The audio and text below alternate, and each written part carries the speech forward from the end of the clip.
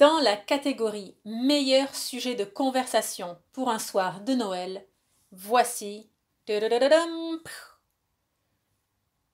qu'un bourgeois?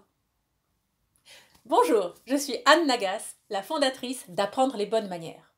Certains d'entre vous le savent déjà, parce qu'ils sont abonnés à la newsletter du jeudi, il y a du contenu exclusif, donc justement les jeudis par mail. Et l'an dernier, justement, jeudi ça tombait le soir de Noël et j'ai envoyé une newsletter. Et là, ça a été... les réactions se sont déchaînées. Mais ça, je vous en parlerai tout à l'heure. Là, j'ai décidé d'en faire une vidéo. Répondons ensemble à la question: qu'est-ce qu'un bourgeois? Qui sont les bourgeois? C'est les rentiers? Non, pas forcément. C'est les capitalistes? Non, il y a des bourgeois communistes. C'est un urbain? Non, pas forcément, il y a des bourgeois qui vivent à la campagne. C'est une famille d'industriels du 19e siècle.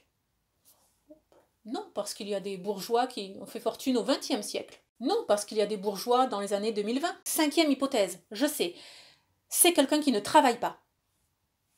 Non, parce qu'il y a des bourgeois qui travaillent, et à l'inverse, toutes les personnes qui ne travaillent pas ne sont pas forcément des bourgeois. Sixième hypothèse, c'est quelqu'un de riche.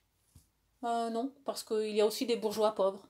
Septième hypothèse, je sais, c'est quelqu'un qui habite un hôtel particulier dans un quartier huppé. Bon, non, pas forcément, parce qu'on va dire des bourgeois peuvent aussi habiter un pavillon de banlieue ou en pleine campagne, puis un appartement. Huitième hypothèse, je le sais, c'est quelqu'un de blanc. Non, ça tient pas la route, parce qu'il y a aussi des bourgeois avec d'autres couleurs de peau. Je sais, c'est un autochtone depuis 3 générations. Non, pas forcément, parce qu'on peut devenir bourgeois en une seule génération. Bon, d'accord, alors c'est l'inverse, c'est un self-made man, quelqu'un qui s'est fait tout seul. Eh bien non, parce qu'il y a aussi des bourgeois depuis plusieurs générations. Oh, je sais, cette fois-ci je l'ai, c'est quelqu'un qui connaît les bonnes manières. Ben non, il y a aussi des bourgeois qui sont impolis. Je donne ma langue au chat. Très bien, effaçons tout ce tableau. Bon, écoutez, il n'y a pas de définition précise de la bourgeoisie. Et non, ce n'est même pas une définition conditionnelle de l'époque. Ce serait trop simple. Pourtant, il existe une définition assez étonnante, même déconcertante de la bourgeoisie. Qu'on se le dise tout de suite, vous n'êtes pas obligé d'être d'accord. Il y a des chercheurs qui ont réfléchi à la question, qui ont vraiment approfondi cela. Et ils sont arrivés à une définition. Vous n'êtes pas obligé d'être d'accord, mais au moins, sachez que ça fait avancer le débat. Alors, quelle est la définition de la bourgeoisie? Qu'est-ce qu'un bourgeois? Réponse: c'est quelqu'un qui possède un piano.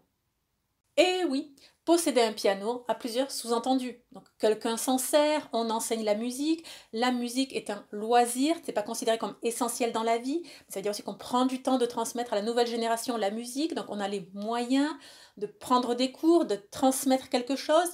La musique, c'est l'art par excellence, c'est une élévation vers Dieu. Bref. Bref. Les personnes qui possèdent un piano rentrent dans une certaine catégorie. Moi, j'aime assez cette définition. Je ne dis pas que je l'adhère en tout, mais je pense que c'est un excellent sujet pour la conversation, pour pouvoir ouvrir la conversation le soir de Noël. Voilà, un tour de table, qu'est-ce que la bourgeoisie? Et pour l'anecdote, cette newsletter a éveillé des passions dans la communauté Apprendre les bonnes manières. Et totalement paradoxal, parce qu'il y a ceux qui m'ont écrit « Vous ne me traitez pas de bourgeois, je possède un piano et vous ne me traitez pas de bourgeois !» Et d'autres qui me répondent « Je suis un bourgeois, mon père était bourgeois, tout le monde est bourgeois dans notre famille et on ne possède pas de piano. C'est quoi votre définition ?» Enfin bon, à part ça, il y a ceux évidemment qui répondent toujours « Ah merci Anna, c'est sympa, j'ai bien aimé. » Et puis bon, et je vous aime tellement et j'aime échanger avec vous. Mais alors, il y a eu ces extrêmes des personnes qui sont désabonnées à mon contenu en disant « Mais c'est quoi tout ça? Ça vaut rien ce que vous faites. » Bon, au moins, le but de la newsletter était atteint. Faire réfléchir, faire réagir et passer un bon moment. Très bien, j'espère que cette vidéo vous aura plu. Pour également vous abonner à la newsletter du jeudi, suivez le lien juste en dessous de la vidéo. C'est très simple, vous vous inscrivez, vous recevez un mail de confirmation parce que personne ne s'inscrive à votre place et tous les jeudis, vous recevez une newsletter, un mail directement dans votre boîte mail avec du contenu instructif, divertissant, des codes promo pour certaines formations, bref, que du bonheur. On se dit à très bientôt Et surtout, n'oubliez pas, la bienséance fait la différence.